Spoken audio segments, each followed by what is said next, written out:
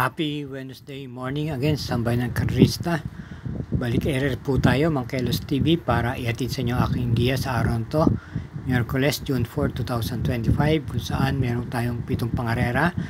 At tulad ng dati, alas 5 po ng hapon, dalargahan. Makapal-kapal din naman po ang pagka-line up. Kaya lagay-lagay lang po tayo ng kursudan natin dihado.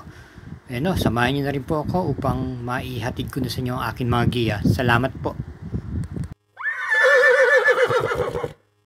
Karera numero 1, start po ng winner take all, races 1 to 7, distance 1,400 meters, and 3-year-old and above maiden race for non-placers.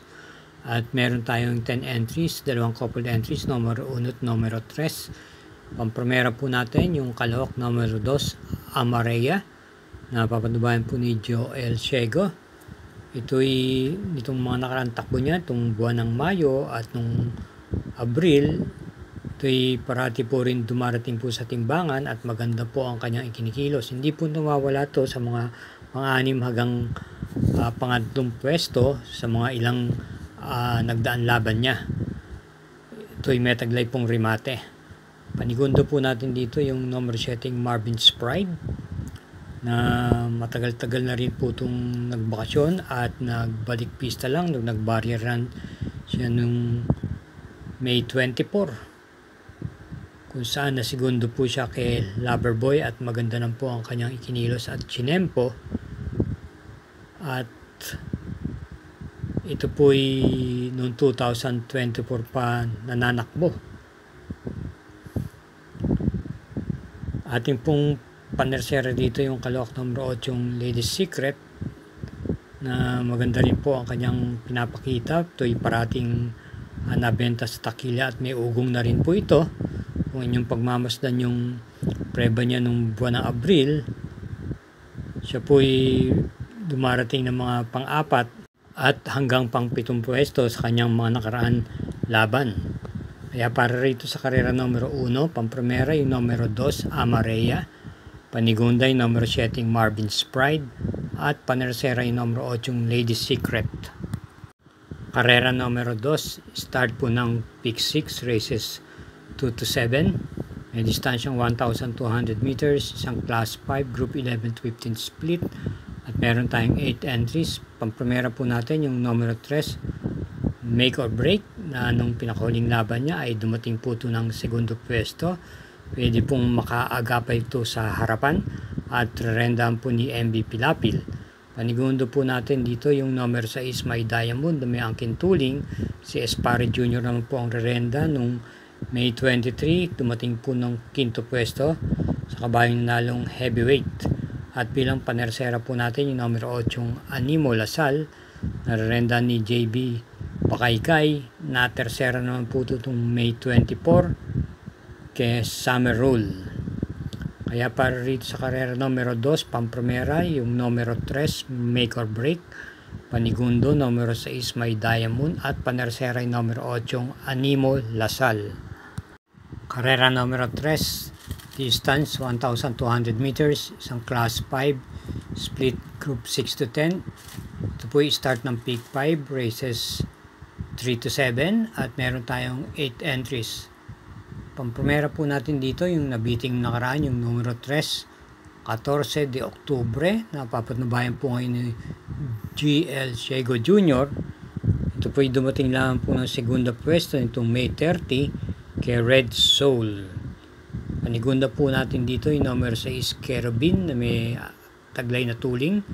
Papatnubayan po ni JMS Torque. Last May 21, ito ay nasigundo po at natalo lamang po ng kalahating katawan kay King Hans.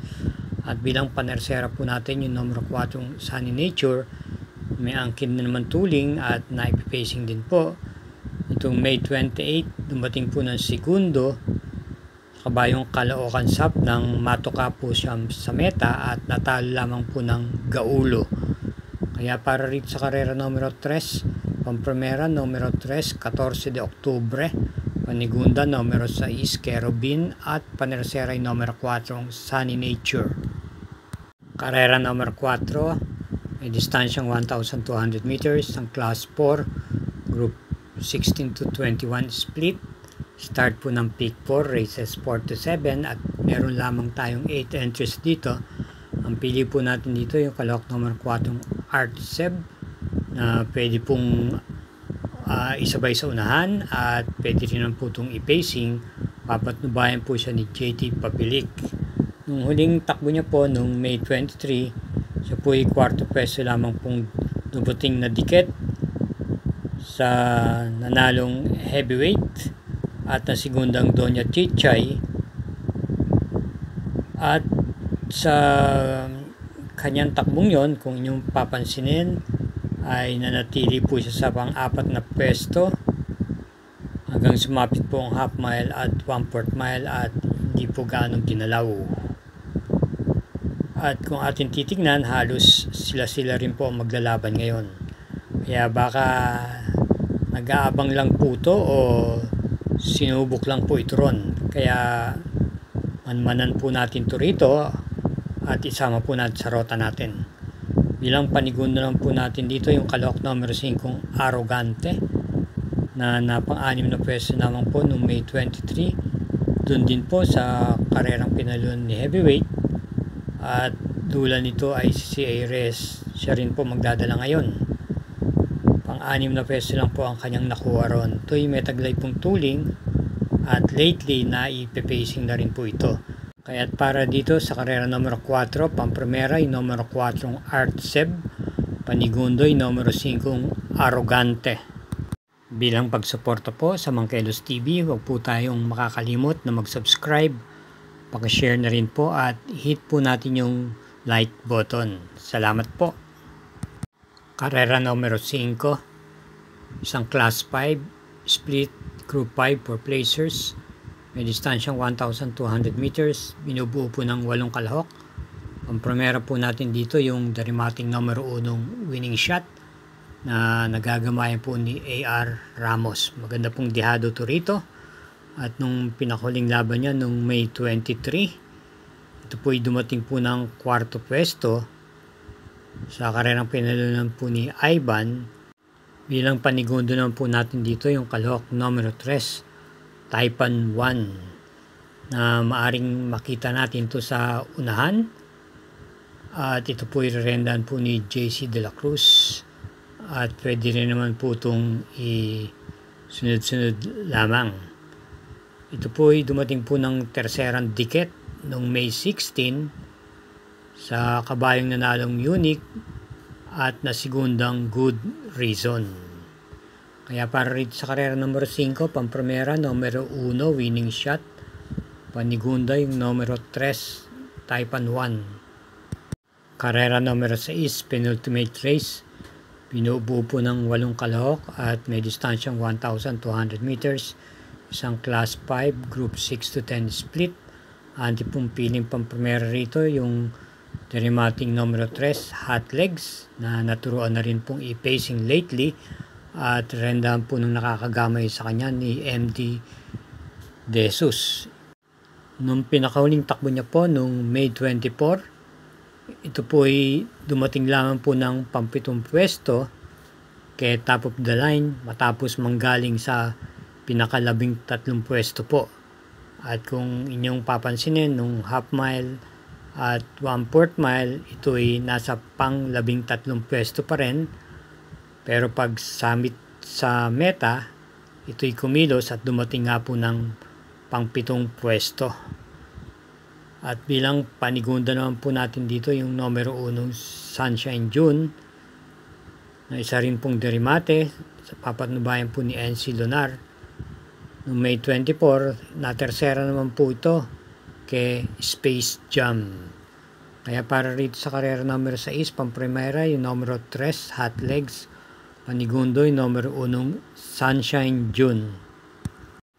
Karera numero 7 last daily double, para tingnan po ito ng winner take all, pick 6, pick 5 at pick 4 at ang super 6 po dito may carry over na 28,492.96 centavos. Ito po isang class 5 split group 11 to 15 at meron po tayong 8 kalahok dito na tatakbuhin sa distansyang 1,200 meters. Bilang pampremera, yung numero 4 Freddy's Cutie na may angkin din naman tuling at pwede rin naman pong isunod-sunod lamang to. Yung last May 28, ito po ay dumating ng segunda pwesto at natalo lamang po ng kalahating katawan sa kabayang nanalong Grand Majesty. Panigundo po natin dito yung numero 3 Wildcat na patuloy pa rin po ang pag-umento. Nung last May 24, nakakinto pwesto po to kay Bravo. Dulan po si A.R. Ramos. Same rider pa rin po ang magdadala sa kanya. At para panersera natin yung kalok numero 7 Seychelles. Narerenda naman po ni CL Advincula na pwede pong i-pacing at may taglay din po namang bulusok to pag sapit ng meta. Kaya para rito sa karera numero 7, pampremera, numero 4, Freddy's Cutie, panigundo yung numero 3, Wildcat, at panersera yung numero 7, Seychelles.